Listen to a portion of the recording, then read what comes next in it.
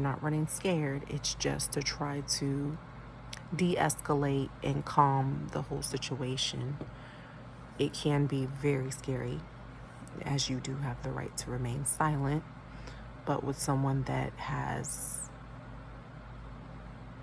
anger, violence, rage at ease, it comes to them very easily.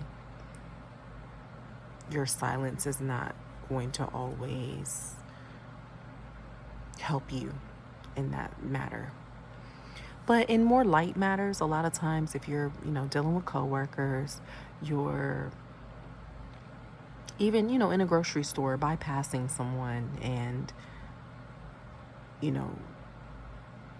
maybe they bumped into you. It was light. They didn't mean to. It wasn't on purpose. You can remain silent in those kind of situations. You don't have to make them escalate and cause a large drama scene. I always think of that one song, Nobody Step on My Puma. It's not funny. A lot of people don't like to be stepped on, have their space invaded, violated in any form, shape, or manner. But part of taking the high road, part of keeping the peace, keeping drama free, keeping violence down, you can just remain silent and use your silence as your power.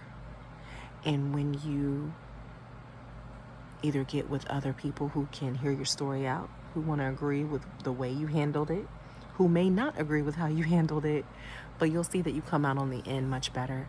I have another example for y'all. If you go back and look at some of my older videos, I talked to you about triangulation, and there was this situation where I was put into a triangulated manner, which meant that there were other people. The person I was with, they were seeing, they were spending time with regularly, almost treating me as a non-existence and with them, but I wasn't aware of this. Those other people I was being triangulated amongst were. So I'm telling y'all what I know. I saw the person at a store, and it was just like, oh, okay, I remember seeing this person's picture. I could have confronted them. I could have said, hey, are you the one that's been with my, but what do I need to do all that for? It's already there. I've seen it. It was written, it was shown, I seen it.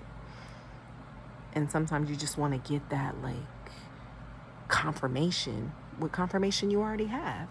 Again, a lot of this stuff, y'all, is a lot of basic common sense. If you go fill out an application, you filled out the application, you wrote your name down, you put all the information down. That's the same when you're seeing your partner out here with others. You see them in the pictures. Sometimes you run into the sexual content videos. You see all of it. So all of that trying to confirm with that person in the public, you know what you know. Isn't it? You don't really need to present to them and confirm with them. And on top of that, it could turn very violent very quickly because you don't know how the other person's going to respond. And you don't know how embarrassed they will feel knowing that you've seen unexpected disclosed photos and things of them, because you have a partner, so you all share everything. You see it all, whether they know it or not. So yeah, y'all, remain silent. Use your silence as your power. Until the next topic, stay tuned. Support pain into purpose. CashApp is always in the description. I have it in some of my shorts. Y'all go back, make sure you're looking at those quizzes, filling them out,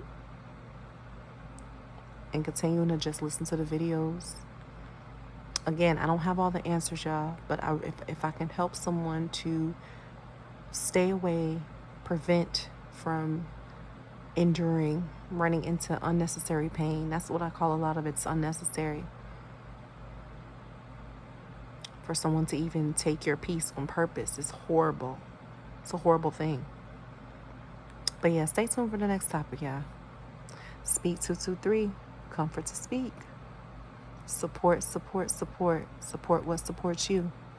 Support pain into purpose. Cash App is $Egetmore, and check out the shorts.